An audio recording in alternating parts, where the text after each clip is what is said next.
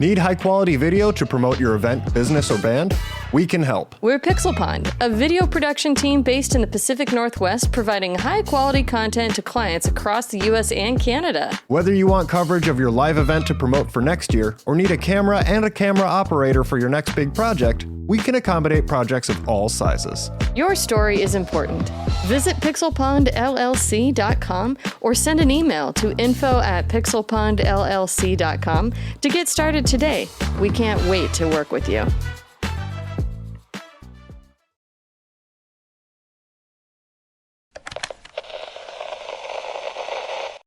Parental warning.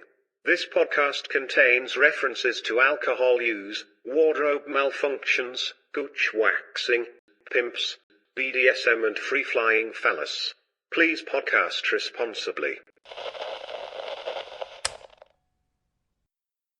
This time on Gamers Week podcast, Sonic the Hedgehog will lend his super speed to the Olympic Games in 2026 and beyond, thanks to a new partnership between SEGA and the International Olympic Committee. This should really coincide with something like the Super Game, because it's a brand deal, right? I'm just saying. Well, what they got right now is they got the second best Olympics. Ooh, yeah. I like the Winter Olympics. I know most people don't, but I like the Winter Olympics, right? It's got hockey. It's got people in Lycra suits going down a huge sheet of ice. I want to see one of those Lycra suits just split open. Just full junk. Like, I don't know. I think that would slow the speed skaters down if the junk was flapping. It was cold outside.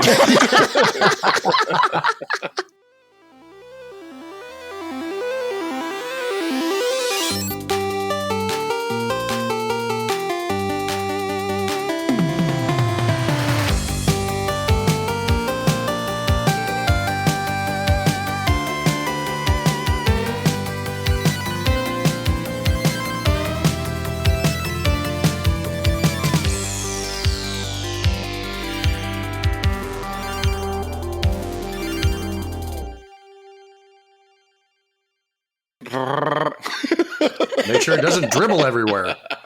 Shut the up. So we have nothing usable at the moment. Yeah, I was going to say, how about something we could use? Oh, I am too gosh darn trustworthy. Go on. Yesterday, I make a slight detour for a marketplace pickup. And it's for a 1990s Philadelphia Flyers starter jersey, Eric Lindros. Okay. Ooh, okay. I didn't foresee myself coming into his house, but I get to the front door and he opens the door. He's like, oh, hey, yeah, hang on just a second. Oh, you can come in. I'm like, okay. Go in and, I'm petting his dog. I'm just being friendly with his dog. And he brings out the jersey and we're talking hockey. And then he's like, oh, here, come take a look at this. And opens up his basement door. And I'm just like, and the first thing I thought of was you two. And I'm like, they're going to love this. So we go downstairs to his basement. And of course, it's a hockey man cave. He's got signed pictures of all like St. Louis Blues, all this stuff. And we're just sitting there talking hockey for like a good 20 minutes. And I'm like, yeah, I start like inching my way. Like I take one more step up the stairs and still talking, another step up. And then, he's just like not taking the hint yet. So finally I'm just like, okay, I just turned around and started walking up the stairs. That's like the forceful way of like saying, okay, I'm going to leave now because you're not taking the hint. That's when he hits the button on the wall and like the middle door clangs shut. Yeah. And then the steps go smooth and I just slide back down into his arms and he's like, it's meant to be. Oh my God. Let's talk hockey forever. I'll turn to find you, not trapped. Here, put on this harness. What? Yeah. Way too trusting. But you know this and you're still going to do it next time. I do that way too often, and one of these days it's going to end up backfiring. You're gonna end up with one less kidney. Yeah. So 1 week, Donnie's not going to show up, and Ryan and I will not assume that you've just fallen asleep and missed the showtime. We will say they finally got you. They finally got old Leroy. Got old Leroy. All right. There's no smooth transition there. So I'm just going to continue. Welcome, everyone. No spit. To Gamers Week podcast. Like the name says, we analyze the best, worst, it took a second, and weirdest headlines of the past week in the video game industry. This is episode 186, and today is Wednesday, October 8th. 2025. Thanks so much for tuning in, everyone. My name is Blue Williams, and I'll be your host this evening. But as you can see, I am not alone. I do have two fine co-hosts with me. My first co-host has just been named Best Tongue Kisser by the Association of Creepy Guys who are definitely not gremlins standing on each other's shoulders. Please say hello to Ryan Payne, a.k.a. Retrogamebrews. Man, like, if you weren't there for the Monday stream, this is completely out of context. And you're like, what? That's the best part. And the thing is, I can't, like, explain this whole thing in like a 10-second soundbite here. So everybody's just going to think I'm super weird. So, yeah, thanks for that, Blue. I appreciate that. It's a win on all fronts. They think you're super weird, and or they go check out the Monday stream. I don't see the problem. Or they also know that he's a good kisser. Tongue kisser. There's a distinction. And my brain didn't understand what you were saying. It took a second, but when Ryan started talking, I was like, oh, there it is. There's the tongue. Zach says definitely the best tongue kisser. So definitely the best podcast with definitely the best tongue kisser. I like it. Match made in heaven. And my second co-host has just released his romantic memoir titled From Eyeballs to I Do, How the Neighbor Who Wouldn't Stop Spying on Me Through the Hole in My Wall Became More Than Just My Stalker. Everyone welcome in the one and only Donnie G. How do you not have a job coming up with titles like this? My gifts are being completely wasted. That is like a top tier chef's kiss 5-star title that you could sell to somebody and they could make their own book and sell it on Amazon. That was amazing. If you're interested, please DM me. Rates are negotiable. $20 is $20. For real.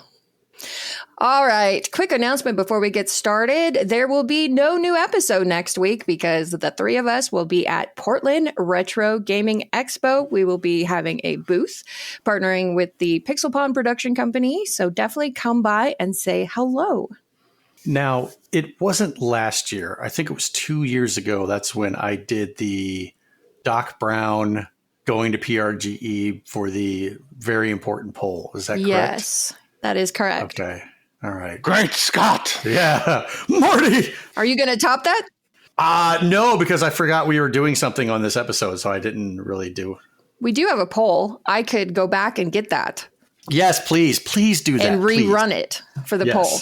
Frankie's coming to PRGE? What? No way. No Frankie's going to be way. there. Oh, shit. That's cross country, yo. We apologize in advance, Frankie, if you don't want to speak to any of us ever again after that.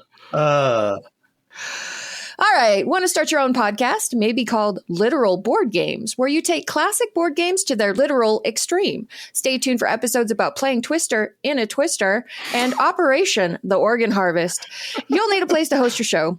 Buzzsprout has a user-friendly interface, great analytics, and resources to help grow your audience. Just use the link in the description to get a $20 credit when you sign up for a paid plan.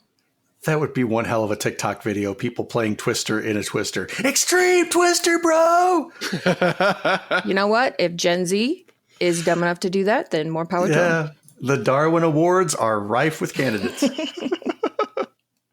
All right, let's move on to our reviews, reactions, and requests. Mogak says, excellent points on the EA acquisition. I gotta be honest here, I don't think I could pick a major studio more likely to shift to AI-heavy development and have those games fail, only to end up being a horrible investment. We all know some studio is going to go too far in leveraging this technology. Watching EA trip over itself in poor execution would just be cathartic and hopefully a lesson for others.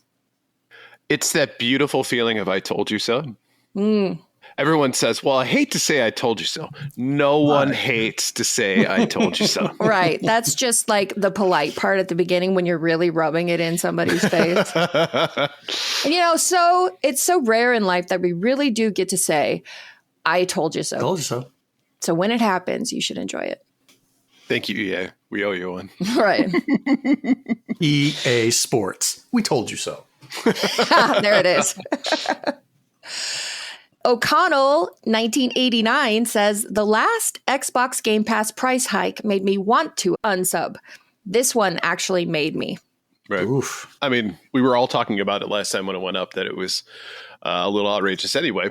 Mm-hmm. So I'm not surprised that this is anyone's interpretation of what to do. And last up, Dragoon ARC says, RCA, 12 inches and ribbed for her viewing pleasure. You got those micron ridges, Right. And 4 of them are plenty. So I've been told.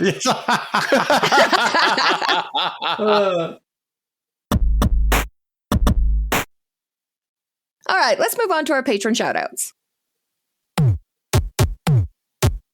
We couldn't do what we do without the help of our gorgeous patrons. Here are the generous folks supporting Gamers Week on Patreon. Number 1 Blue Sick Voice Fan, John Barron, Sassy Sony, Evola, Syram, have a structured settlement and annuity and need cash now? Call your boy JG Wetworth at 877 cash now. Mega Retro Man, Gamatroid, Moradid, Michael, come play with us, Danny, forever and ever and ever. Lakite, Bad Bam. Emo ask Bill Tucker, the beeps, the sweeps, and the creeps for cakes. I hate it when my shorts gets twisted. Pickled pepper, ducks with thick thighs, absolutely the best podcast, a work in progress. Bobson Dougset, Blues Little Sis, Loud Moth, Retro Blast Pat, B&T Zilla Guy, The Mad Milkman, Seven Castle Forest, Crunchy Kong, Snacks, the Handsome Chef, Frank Grande, Love Retro BTW, Steven Sand, Ramboski, Terry Canair, Don't Make Me Pull This Car Over, Games with Coffee, fucking loves Sonic 2, Hybrid Divide, You Fall Before Me, Davey PGH, the Pixel Pond family, including Shannon and Luke, Zach, aka Old Cluster Nuts, and Puzzle Butter.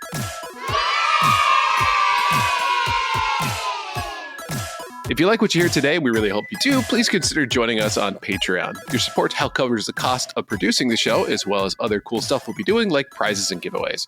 You also gain access to our bi-weekly patron-only bonus cast called Gamers Week Uncut, patrons with benefits. Visit patreon.com/GamersWeek or follow the link in the show notes to learn more. All right, let's move on to the headlines. I'm not going to hurt you, Wendy. I'm not going to hurt you. I'm just going to bash your brains in. At first, I didn't follow along, and then it was the way you said, I'm going to bash. I was like, oh, there it is. There it is. This headline segment is proudly sponsored by absolutely the best podcast, A Work in Progress. Each episode, George and Zach discuss and rank all the best things, and they've started working through the Alien vs. Predator connected universe. This week, they've got a trivia question for us. What retro games manual includes the story, its titular character versus the powerful leader and fighting forces of Monsteropolis? Visit them at absolutelythebest.net or follow the link in the show notes. Zach, cut it out with the whole manual thing. Nobody reads the manuals. Honestly, this one has stumped me. I have no idea. What it is. So, full disclosure, this is half of what's written in there. When I give you the other half, you will probably guess it because I did. Okay. So, can you give us the other half? I wanted to see, and Zach also wanted to see if you could get it with just this. Monsteropolis. That's just not ringing a bell at all. Yeah, start reading the manuals. Okay, let me start with the Atari really have manuals, or was it more though? Let me start from the Nintendo catalog and just go all. Okay, fine. We'll do it live. We'll still go over the Atari 2600, ColecoVision, NES, all those other things. Read all the manuals. I've got a lot of work to do. That would be a heck of a YouTube channel. Just go through every manual one by one, read it out loud, and show the pictures like story time in kindergarten. Do it in Ben Stein's voice. And he slashes with his whip and breaks the wall and gets some meat. Or get some, anyone? Anyone? What does he get? Anyone? Pork chop. Yeah, pork chop. All right, so what's the rest? So the full quote is, it's titular character versus the powerful leader and fighting forces of Monsteropolis, that strange, multifaceted land of robot-like humanoids. That didn't help. Robot-like humanoids? Snatcher. You're too close to it. You're missing it. You're too close to it. Okay, a Monsteropolis Yeah, I got it. and robot-like humanoids. Nothing? No guess? It's rare that you stump us completely. Yeah, it could be anything. Especially when I got it. No, just give us the answer. I don't know. Okay. The answer is redacted. What? Oh, the like redacted. Zach says, think comically bad box art. That would be the first one. Okay. Versus the powerful leader and fighting forces of Monsteropolis. Okay. Robot-like humanoids. I mean, I guess. Zach, though, kudos to you. You got me. Especially for a game that I've played before. So for those who are not watching, there's a finger up right here. Right for you, Zach. He's a poor loser. Okay, so can you say that last part, the last sentence? That strange, multifaceted land of robot-like humanoids. Robot-like, okay. All right. I could, okay. I'm looking at some of the bosses. There's like maybe two that resemble like actual humans wearing costumes, but the other ones do look like kind of robots. So, all right, I'll allow that one. He'll allow it. Thank you. All right, let's move on to the week's headlines. First up, following its box office success with the Super Mario Bros. Movie and the founding of Nintendo Pictures, the company's animation studio in Tokyo, Nintendo has made no secret of its intentions to enter the film market. Yesterday, the company released an animated short film on its YouTube channel. The film, titled Close to You, centers on a blonde-haired baby who, after their mother leaves them alone in their room, chases their pacifier around after it suddenly comes to life. The video's description lacks any explanation and only states the film's title, with the comments section deactivated as well. Nintendo's social media posts and the Nintendo Today app were similarly devoid of any information about the animation, leading to speculation that Close to You is tied to the Super Mario Galaxy movie and that this child is a baby Rosalina, given they share blonde hair and a similar eye color. Others theorize that the extremely Pixar-esque short is a teaser for Nintendo's first fully in-house animated movie. However, earlier today, Nintendo released an updated version of the film on the Nintendo Today app. The new version reveals that Pikmin were responsible for the pacifier's antics. This makes sense as the short's lively piano soundtrack is a slightly altered version of the main Pikmin theme, and as Pikmin are canonically invisible to the human eye. However, this reveal still leaves mostly questions about what, if anything, Close to You means for future Nintendo projects. Now I think I understand why they came out with all of this like baby stuff, right? Recently for Nintendo.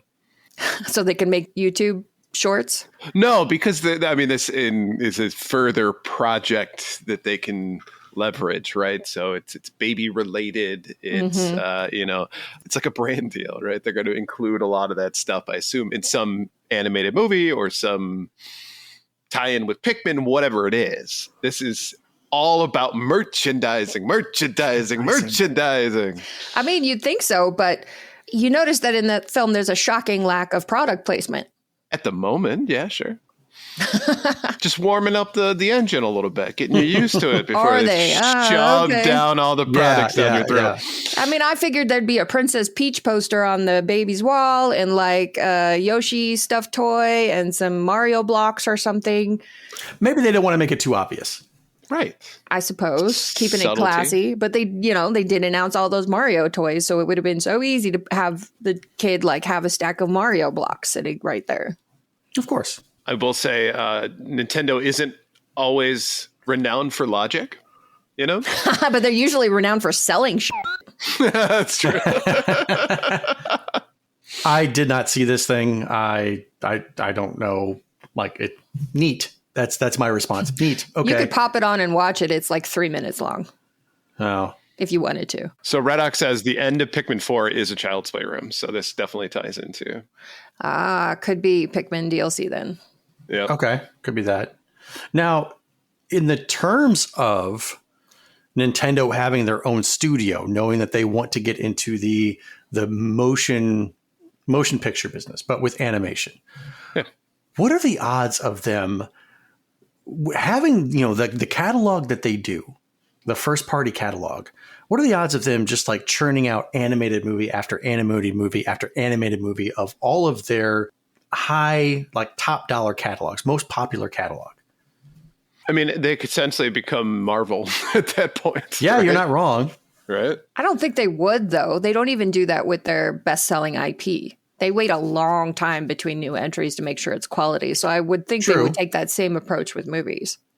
But again, Marvel just pumped it out like it was a factory for years. Yeah, and it backfired.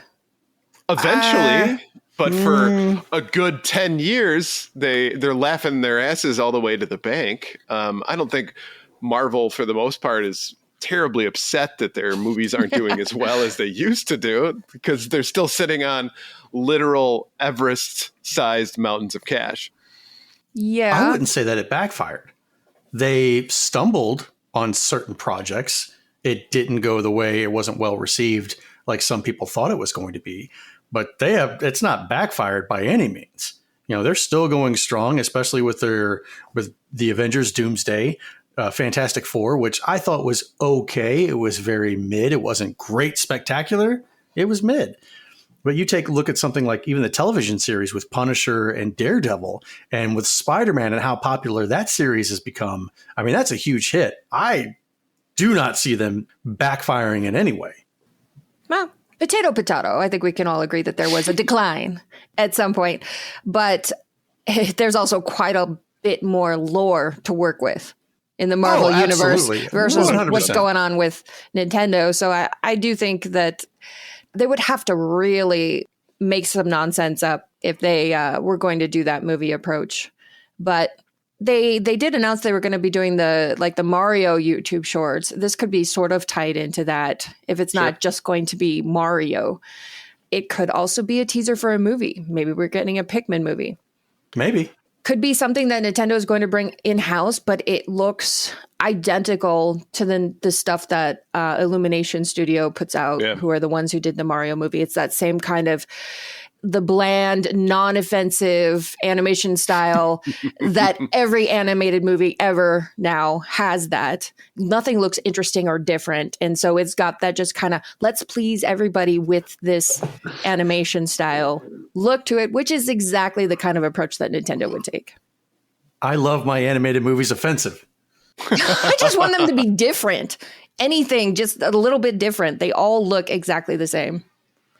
Doongie Forever says, I want a Star Fox space opera movie. Just thinking it's like, now that would be amazing. Do a barrel roll. Shia LaBeouf. So, I think this is definitely just a wait and see, but it's interesting.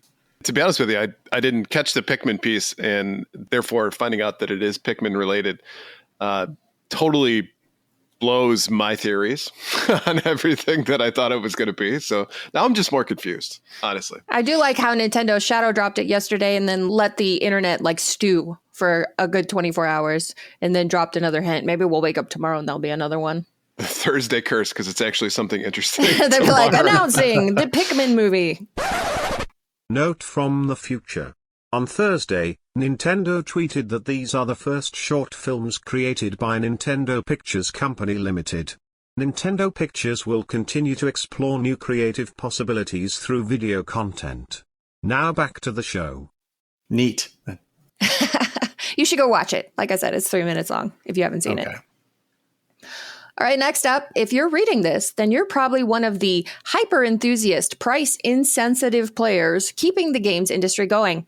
That's because, according to research by analyst firm Circana, around a third of video game players in the U.S. buy a new game less than once a year.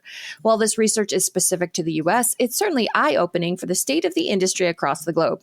And with 12% purchasing once a year and 18% purchasing once every 6 months, it means that a combined 63% of players buy just 2 games or fewer each year. The research is part of Circana's Q3 2025 Future of Games survey, as shared on social media by analyst Matt Piscatella. Hyper-enthusiast, price-insensitive players are really keeping things going, especially in the non-free-to-play gaming space, he said. If it's an accurate assessment that the 14% of players purchasing at least one game each month are the ones keeping the industry afloat at present, this is by no means an infinite pool of money for studios to aim for. It's why growth in the industry has stagnated in recent years. It's those average players who need to be reached. Nowadays, there are more games than ever being released, but if players are only buying a couple, and let's face it, they'll be buying the likes of EA's FC, Call of Duty, and inevitably GTA 6. How can smaller studios expect to survive? And that's outside of free-to-play live service games, where just a handful of games continue to dominate player time. I think if the smaller studio has a big hit, they're going to survive. I think it's about margins here, right? If you're talking about total population of gamers, that's a pretty broad definition.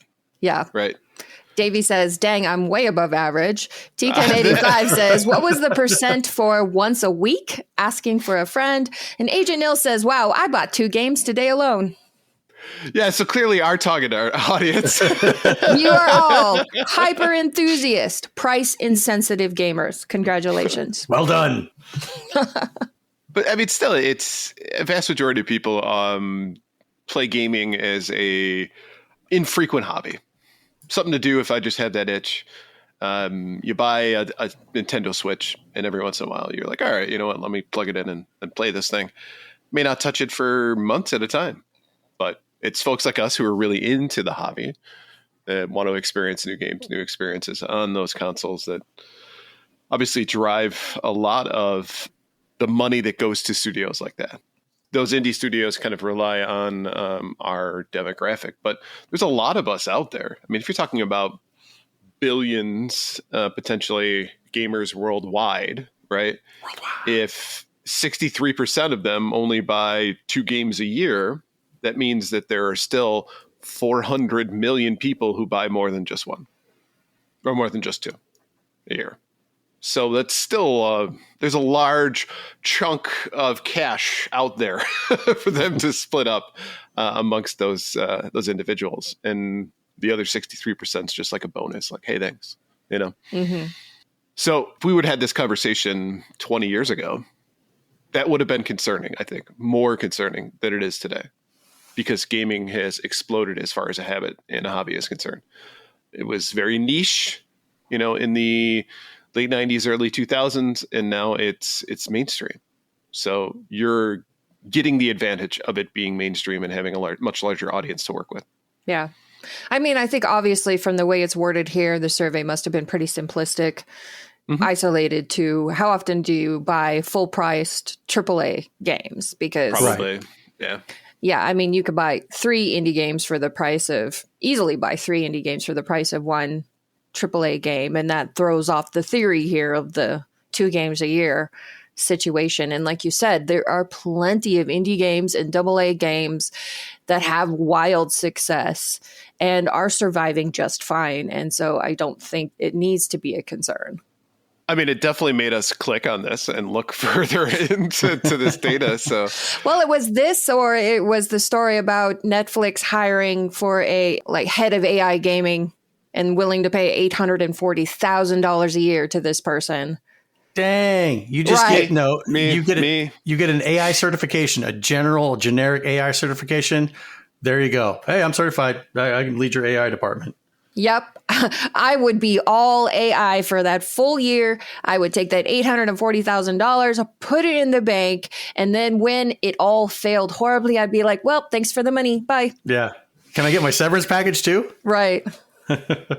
Oh, man, you could totally have fun with that too. Like, have the AI put in Easter eggs. But here's the other thing with this statement. They're trying to reach average players, right? They're saying, how can we get more money from these average players? And it's not by nickeling and diming them at every turn and corner, because who was that said this? Because like O'Connell said, hey, O'Connell, looks like I got all the horses. Looks like you're on the wrong side of the river. The last Xbox Game Pass price hike made me want to unsub. This one actually made me. You keep trying to extract every single penny from us, you're going to see the repercussions of that. And we're just not going to be interested in your product anymore. And I think that's why people are getting away from this. I wouldn't say pay to play, but constantly paying for all of the stuff all of the time. Like my wallet shouldn't remain open 24/7 for you to siphon out my precious dollars. Mm-hmm. I pay you a set amount. That's it. That's all I want from you. Yeah. And they're just trying to do everything they can to keep that open.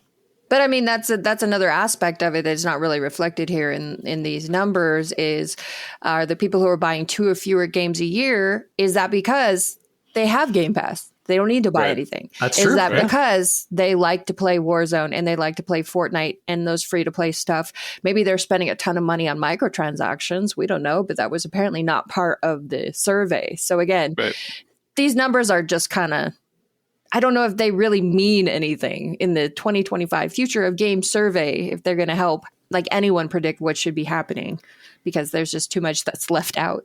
Yeah. No, I think I fear then is that studios are going to look at this survey and treat it like it's gospel.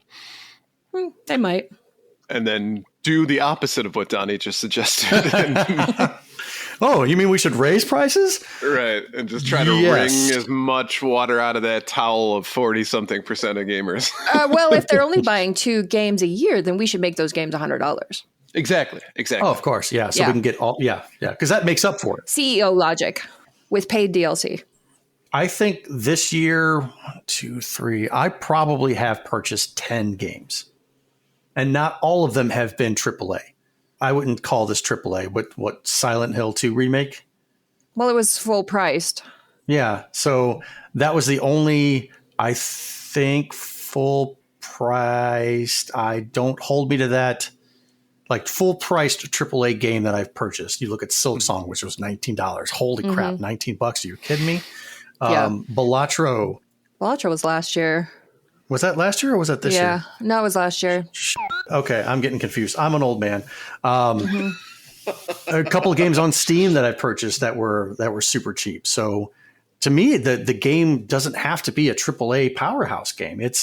I find plenty of games like Adventures of Samsara that I've been playing, that locomotive game that I played or that we play. It's inexpensive, but it provides the fun and entertainment that I'm looking for. I don't necessarily always have to have a AAA game. Do retro games count for buying games for the year? I'm just asking. I'm sure Matt Piscatella cares very much about used retro games.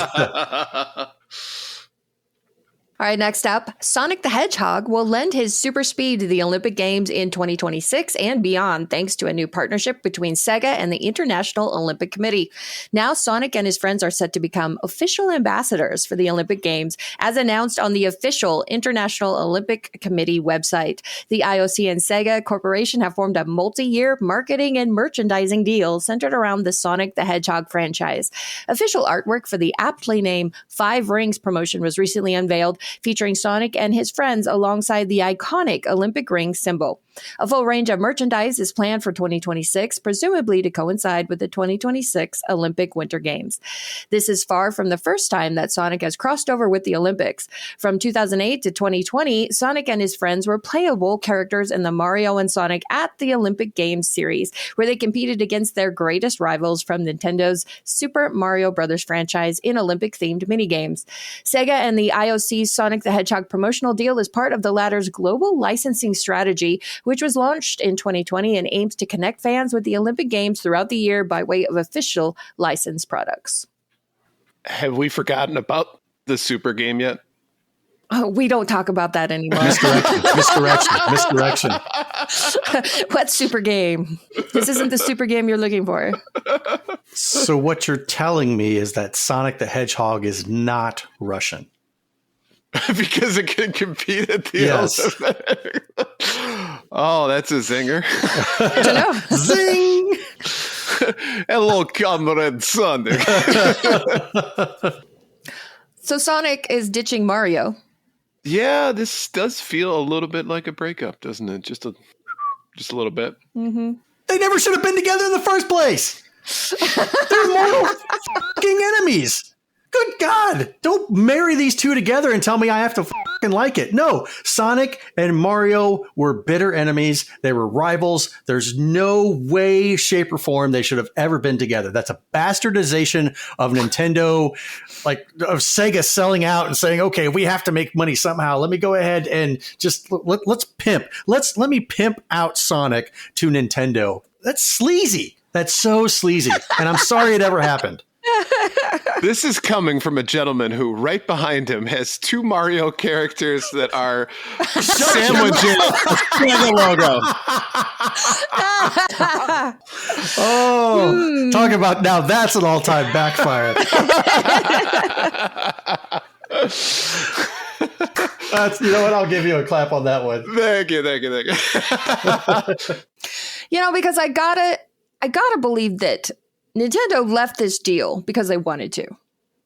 Not like Sonic and the IOC got together behind the scenes and be like, you know what? We don't need him. Let's just get rid of him.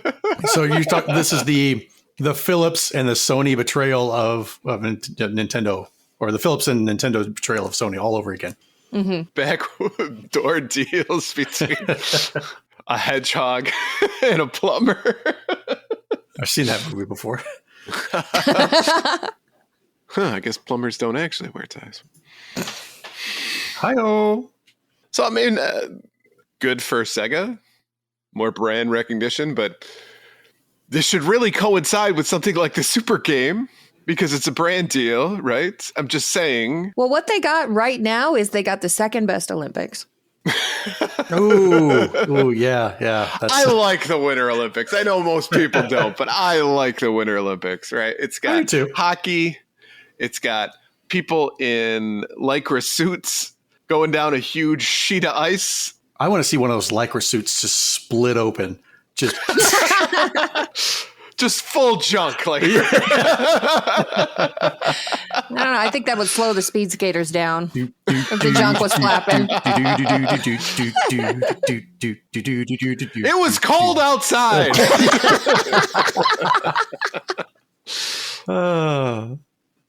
All right, and last up, few games have given as many iconic one-liners as NetherRealm's fighting franchise Mortal Kombat, but this week we've learned that the voice behind one of the most famous, Toasty, is retiring. Audio director Dan Forden worked at Midway and its successor NetherRealm Studios since 1989, most famously on the Mortal Kombat franchise. It's his voice we hear cry Toasty in falsetto when we pull off an impressive uppercut. Toasty! First appearing in 1993's Mortal Kombat 2, Toasty went on to become one of the most recognizable lines of dialogue in all video games. Now, however, Forden is leaving NetherRealm, writing in a heartfelt message on social media that he was really proud of what the studio accomplished. I wouldn't have lasted 37 years in the industry if fans weren't out there playing the games we made. Thanks to all of you for supporting what we've done. Live long and Toasty. Forden's exit comes at an uncertain time for NetherRealm, which is owned by Warner Brothers. In May, the studio confirmed that no new DLC characters or story chapters would be released for the game. Then in August, development chief Ed Boon said Mortal Kombat 1 had sold 6.2 million copies, a massive underperformance compared with its predecessors Mortal Kombat X and Mortal Kombat 11, which sold nearly 11 million copies and more than 15 million copies, respectively. So Donnie apparently has the Toasty. I do. So I was going to say, Blue, your rendition is pretty spot on. Well, thank you. Can we get another Toasty? I don't know if you deserve another Toasty.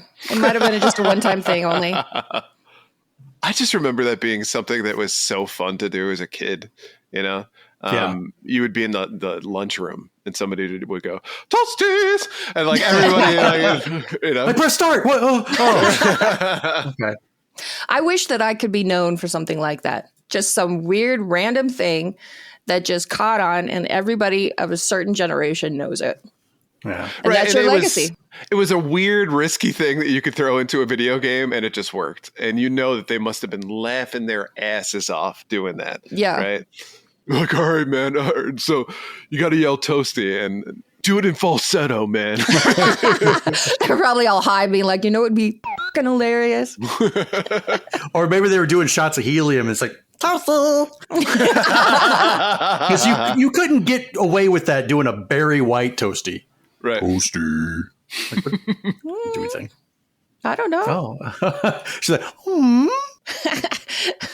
So massively underperforming Mortal Kombat 1. Yeah. Sounds like it's a good time for Dan to be retiring. Yeah, I think the train is probably coming to an end, which I think maybe you kind of give it a break. No. Step away from Mortal Kombat for a few years because look what they did with Street Fighter V and Street Fighter 6 and Street Fighter 4 and like how long of a period of time there was in between that. Right. Unless you're doing something like really brand new and game changing and whatnot, there's really no. Yeah, you can continue with the story. Yeah, you might see 6 million copies sold, but is that going to be enough to justify the amount of money and time it puts into making the game? I don't think so. Mortal Kombat 1 is weird because they tried to do something unique. It was a reboot. Yeah, they changed all the lore of it. Yeah. Right. Yeah. And don't you have those like friend characters that sometimes get involved in the fight, but you can't actually play as just them? So on paper, I'm sure that sounded really cool. I don't think that gamers were like excited to just have like a sidekick who would once in a while show up to help you do fatalities and stuff. So personally, I get it why Mortal Kombat 1 did not or was not as successful, because it probably dipped further away from the formula. I think that makes it so successful. But I will say this. I don't want my Toasty to be AI, though, in the future. So I'm really hoping that they contract out the voiceover to him, right? And that he has like full rights over it. Like that one chick who said that she should trademark Bayonetta, right? She's like supposed to be the voice of Bayonetta. Right. I do not want a replacement Toasty, is all I'm saying. Unless they call me up, and I would be happy to be replacement Toasty. Yeah. Unless, very specific circumstances. Mm-hmm. I mean, I didn't buy Mortal Kombat 1. I have X and I have 11, and they're great. Like, I'm not a hardcore fighting game person, but they're fun to like just hop on and mash some buttons and have a good time for a little while. But it's interesting because they announced no DLC in May, and then in August they're saying that sales are down.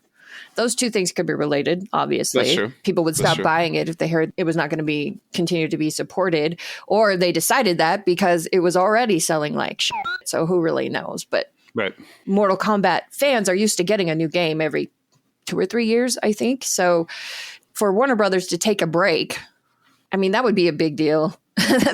they probably just like, no, just keep churning them out because, we want money. So just do the Mario Kart 8 Deluxe thing and just keep adding maps and characters, right?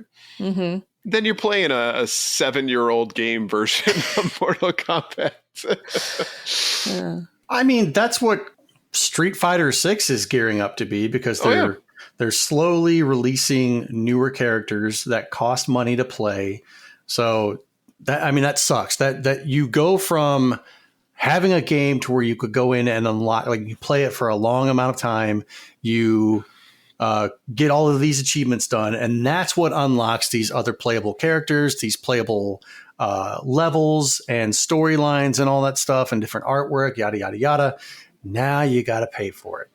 It's a turnoff. It really is. Like I wanted to get back into Street Fighter 6 and start playing that and whatnot. And I'm looking at like, SEGA just dropped.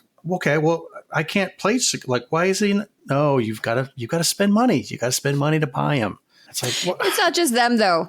So, Suika Game. I know, Ryan, you're a fan of Suika Game.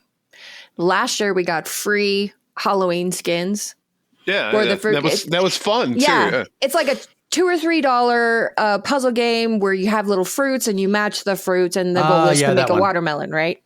So last year, the game, it gave free skins for Halloween, where instead of working to make a watermelon, you made a pumpkin instead. And there, the background was Halloween-y and all that. This year, we started playing again, and we're like, where's our free Halloween skin? Oh, no. You have to buy it now.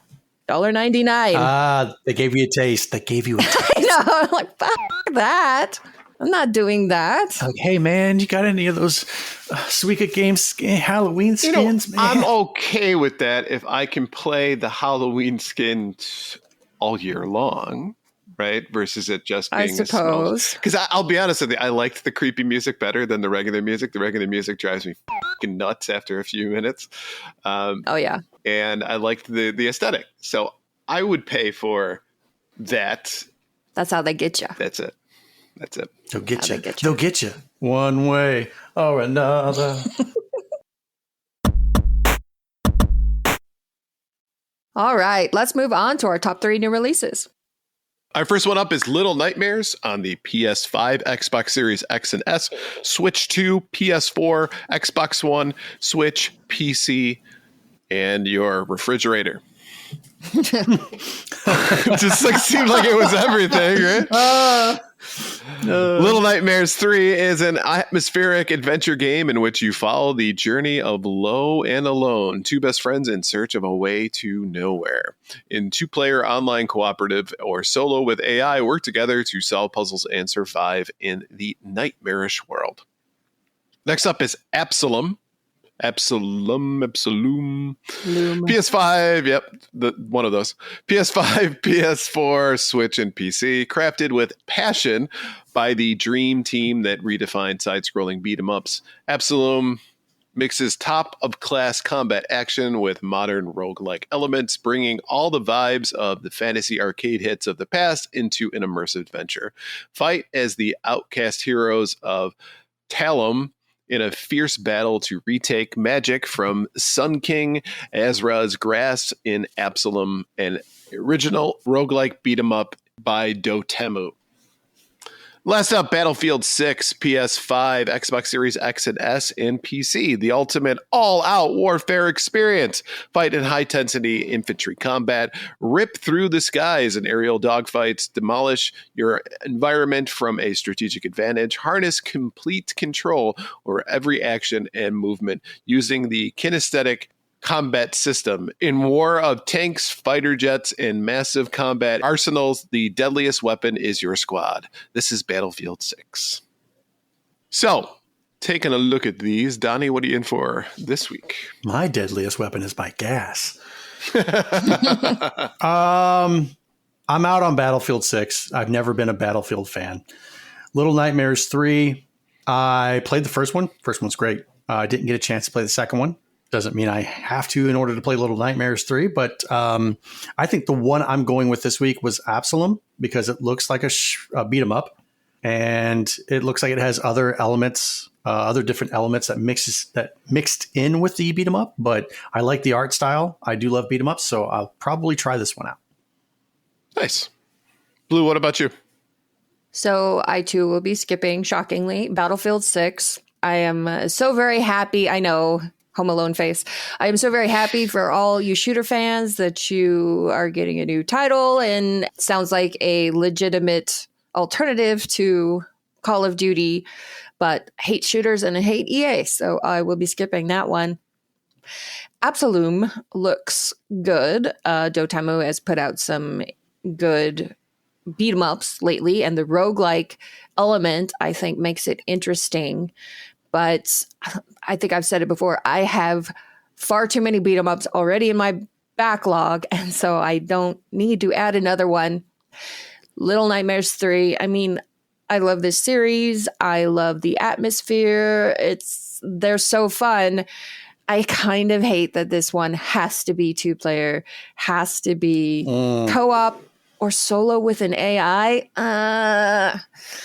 Part of me wants to reject it for that reason, and then part of me wants to just get it and then bully somebody into playing with me. So of these 3, that will be the one that I will probably pick up. Very nice. What about you, Ryan?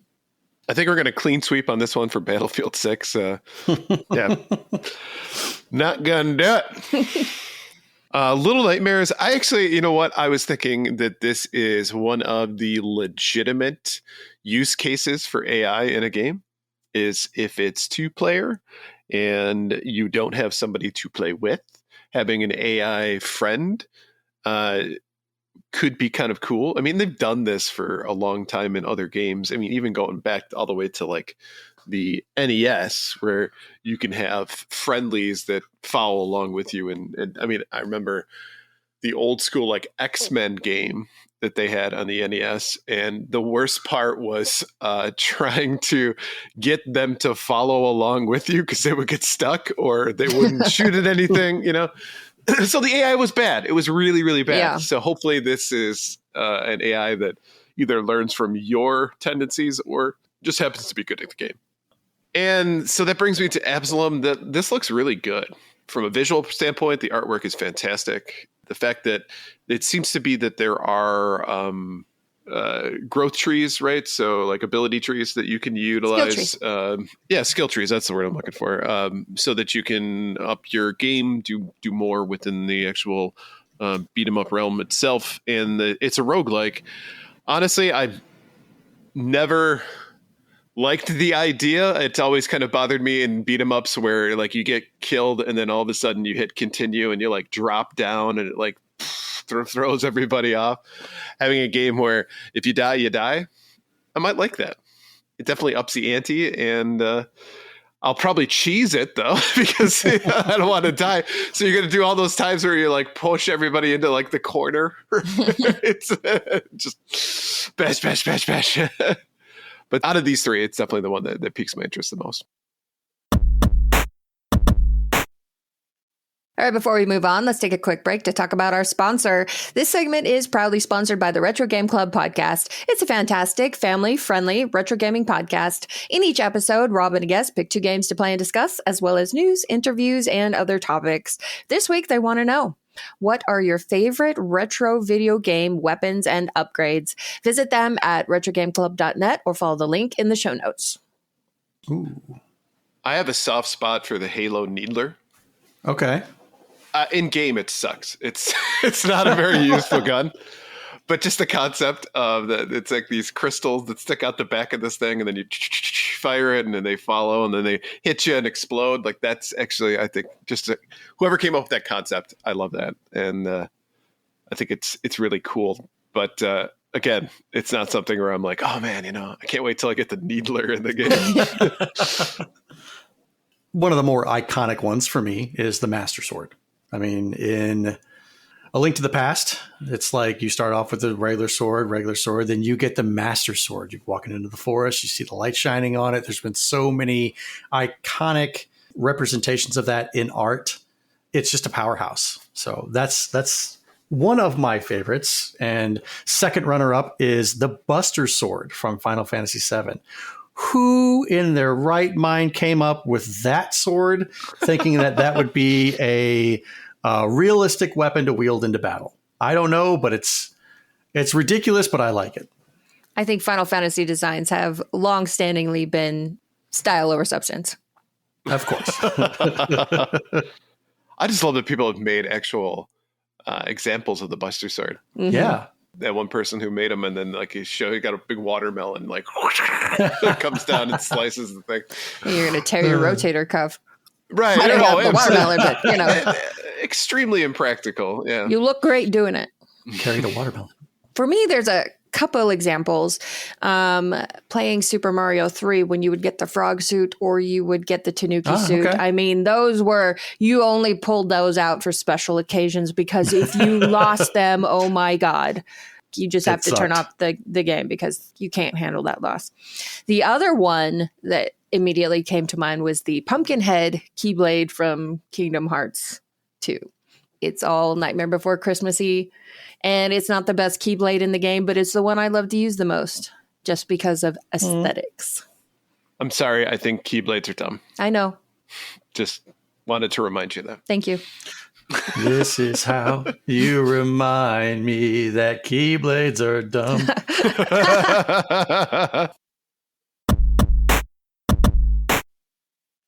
And now it's time for the...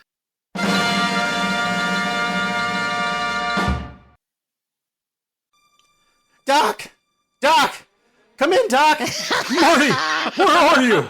I'm on Twitter, and I'm looking at this week's very important poll. I have to tell you what's on the poll. Marty, If you tell me what's on the poll before it comes out, it could have disastrous consequences on this week's episode. That doesn't make any sense, Doc. They use the very important poll for interaction from their listeners. Some guy even said that his favorite beat-em-up was Mike Tyson's Punch-Out! Well, he wouldn't be wrong in this case, Marty. You do a lot of beating people up in that game. I'm surprised Howard Lincoln didn't cancel it for how violent it was for younger gamers. Did you know he once told a congressional hearing that Night Trap was filth and it would never appear on a Nintendo console? Do you know how many copies of Night Trap for the Nintendo Switch I own? Doc, this week's poll has got a fourth option. It's gonna be great. Great Scott! The Gamers Week podcast has never included a fourth option in their poll. Marty, I need to ask you a very important question. When you last used a time machine, where did you go? I went back to the Portland Retro Gaming Expo in Portland, Oregon, 2023. I wanted to pick up every copy of Barbie for the NES before it shot up to $15,000 per cartridge. When you were there, did you speak to anyone from the Gamers Week podcast? I, may have participated in the Blockbuster World Video Game Championships while I was there. Great Scott! Marty, they were hosting the Blockbuster World Video Game Championships that year! Oh, this is heavy, Doc. Marty, we must go back to the Portland Retro Gaming Expo in 2023, and you must not compete in that championship! Can I at least keep these copies of Barbie? Are you ever going to play them? No, Doc. I'm gonna sell them when I get back. Marty! I'm going to kill that kid. Oh my God! You can't see it, but I am bowing down now. Oh my God, that is hilarious. hands down the greatest VIP intro of all the greatest VIP intros that have ever happened. No, I'm serious. So good. Every month we post our VIP, our very important poll. If you'd like to participate, follow us on Twitter and Blue Sky at GamersWeekPC. This month's question is, who is your favorite classic horror movie villain? And yes, you're free to interpret classic however you like. Coming in at third place, look what they did to my boy, Michael Myers with 14.7%. Sandwiching in the second spot, Mr. Jason Voorhees himself at 23.5%, and taking the lead in this poll with the top spot at 47.1%. You guessed it, Freddy Krueger. Now, 14.7% of you said other, and let's go ahead and take a look at some of the comments from the poll. The Let's Play Princess says, I can't decide between Chucky, Pinhead, or the Kandarian Demon. Do we all know who the Kandarian Demon is? Anyone? Evil Dead. Bueller? Blue, got it. With Evil Dead. I've seen all the Evil Dead movies, and it's still did not know that that's what it was called. Well, you would not have gotten that point in trivia. Nope. Fuck, Verakte necktie. I may have said I said all the words, maybe not in the right order, but didn't say every single little syllable. Darkwing J says the Djinn from Wishmaster. Very nice. Rob TG79 says Dracula from the Monster Squad. Wolfman's got nards. Dumb Penguin says the tall guy from Phantasm. Yeah, that's very scary. Scares the crap out of me. But I also got threatened by a dude that looked like him at a funeral home, too. Oh. So there's a backstory there. Would love to hear that. And MB the Great One says, I see what you're doing. Making folks born in the 1980s and 1990s feel ancient. Yes. You are not alone, Bo. You are not alone. But we're doing it to ourselves, too. Yeah, I know. Say, if a day goes by where you don't feel ancient, you've been lucky. Yep. So, based on the poll question, Blue, who is your favorite horror movie villain? I chose other. Okay. And I went with Pinhead. Pinhead. Nice. Love Why did you Pinhead. choose Pinhead? Because the Cenobites, they're a vibe. They're a complete vibe. They're the villains, but not really. They just kind of show up when they're summoned, and then they change the whole vibe of what's going on. Occasionally, they abduct a character and turn them into some kind of horrible monstrosity. It's fine, but they look great doing it. Like It's the very fine. classic, like leather suits. It's great. They dress almost like Matrix before the Matrix was the Matrix. Right. BDSM Matrix. Exactly. Yeah. And no safe words. Please do me a favor and go on to like IMDb and review one of these movies and just put BDSM Matrix. It's a vibe. 5 stars. Ryan, what about you? Who was your favorite classic horror movie villain? As you know, like horror isn't a genre that I dip my toe into often, but I will say I took a look at it from like the 3 choices that we had. I didn't have a strong opinion enough to go for other. But if you look at the 2 of them have something in common that the third one does not. And what we see is that Michael Myers, Jason Voorhees are non-vocal supervillains, right? Freddy Krueger is very vocal. Yeah. Very, very vocal. Mm-hmm. So when you say favorite, it made me think, okay, so are we saying the one that scares me the most? Is it the one that I happen to like more, you know? Which I think is where I went with it. It was not the one that I found most scary. It was the one that I found the most entertaining, which is Freddy. Freddy is fucking hilarious, you know? And he's still scary at the same time. So kudos to him on that. But it's just like all the one-liners, you know, there's so many in all those different movies, and they're all corny and they're like punny at times as well. Mm-hmm. And it's just bad, funny humor in the middle of a horror movie. So like Freddy just has that vibe, I think, that if he wasn't murdering people, I'd like to hang out with Freddy. Yeah, that happens at your own risk. Right. What about you, Donnie?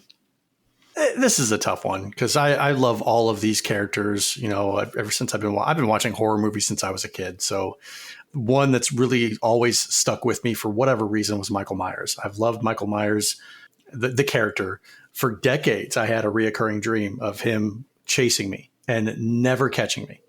It would happen like maybe I'd say 5 times a year where he would like just chasing after me, never catch me.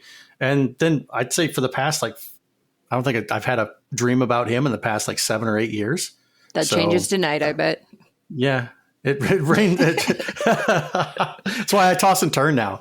But like, they're all my favorite, but I would have to agree with Ryan as far as like from like in Nightmare on Elm Street 4, that's when it sort of made the jump into comedic horror.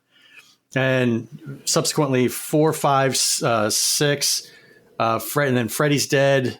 It was all very funny. So, you know, like you weren't just getting horror, you were getting comedy as well. So it kind of was like a double package. So I'd say Freddy's probably at the top of the list just because of the laughs that he gives us. Earlier on, it wasn't laughs. It was scary as shit. Oh, yeah, absolutely. 100%. Yeah. And now it's just like, how over the top can we be? I mean, to be fair, I think all the franchises went that way. How over the top can we be?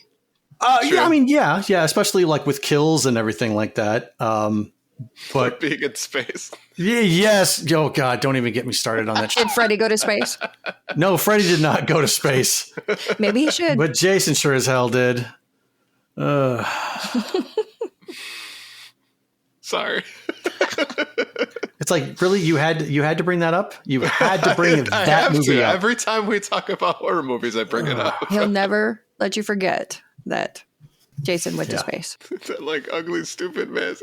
Yeah, it's fucking ridiculous. Oh, good call. Frank says the fucking It clown scared the shit out of me, especially with what it turned into at the end. Pennywise. Yeah. Yes. Good call. That's one though that if I rewatch it, like the TV series that was with Tim Curry back in the 90s. Yep. I laugh now with that one, like, you know, him sitting on the banister going, ha ha ha ha. And who doesn't like Tim Curry? Come on. Everybody likes Tim Curry. Though, if you walked past a guy laughing like that on a banister, I'm pretty sure that you would give him a wide berth. Like, no, thank you. I'm going to sit back here and watch it. All right. Thank you all for listening to episode 186 of Gamers Week podcast. And a big thank you to the Retro Game Club podcast, Love Retro BTW, Pixel Pawn Production Company, and absolutely the best podcast, A Work in Progress, for sponsoring this episode. Don't forget to check out their links in the show notes. If you want to connect with Gamers Week, follow us on Twitter and Blue Sky at Gamers Week PC. Watch us right here on Twitch at twitch.tv/Gamers Week podcast, where we will record live every Wednesday at 8:30 Central Time. Email us at gamersweekpodcast@gmail.com. Visit our merch store at gamers-week-podcast.creator-spring.com, or if you want to do it the easy way, follow the link in the show notes. And last but not least, join us on Patreon at patreon.com/gamersweek. Finally, since you made it all the way to the end of this episode, please leave us a rating and a review to let us know how we did. We really do value your feedback. And while you're there, consider subscribing on iTunes, Spotify, or your podcast platform of choice. And don't forget, no new episode next week. We will be in Portland at the Retro Gaming Expo. Which I will say, definitely check out our socials during that time. Probably be uploading a lot of fun content, videos, pictures, descriptions of Donnie's bare butt. What? Why would we stop with descriptions when we could give photographic evidence? Pixar, it didn't happen. I don't want to get banned from Twitter or Blue We'll Sky. put it like a spoiler on it. Something. So, Having my gooch waxed it. So, that would be a fun group activity. Yeah. A fun, just everybody in the hotel room, just hovered around okay, here, you pour the hot wax on it. We're going to draw straws for who gets to rip it off. Oh, I know Ryan would want to rip it off. He'd want that joy. Yeah, you don't have to draw straws. I got this. He would put his big meat claw on my back to brace it, and I'd be like, oh, God. 1, 2. I think what he would do is he would get a long piece of tape. And instead of the short thing, it would just make it extra long. He'd stand at the door and try to pull it and rip it off from there. I mean, we could skip that and just go with duct tape. We don't have to get the at-home waxing kit. We just get some duct tape. Do you want to pull my skin off? Kind of. Yeah. This is an Hellraiser? Could be. You suffer beautifully, I'm sure. I have such sights to show you. What's that chocolate piece? Oh, God. Anyway, thank you, everybody, for hanging out with us tonight. If you're going to be in Portland next week for the Portland Retro Gaming Expo, please stop by and see us. We are going to be co-joining a booth with Pixel Pawn Production Company. So you'll get to see them. You'll get to see us, myself, Blue, and Ryan. So definitely be there, see our booth, come out, talk with us, hang out with us. We'd love to see you. And we're going to have a contest for Mike Tyson's Punch-Out. So bring your A game.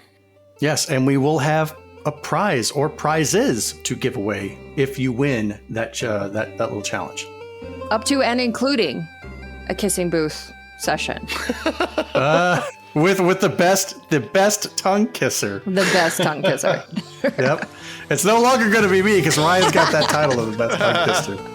Tongue kisser, daddy. TKD. We will see you guys later. Bye. Nighty-night. Adios.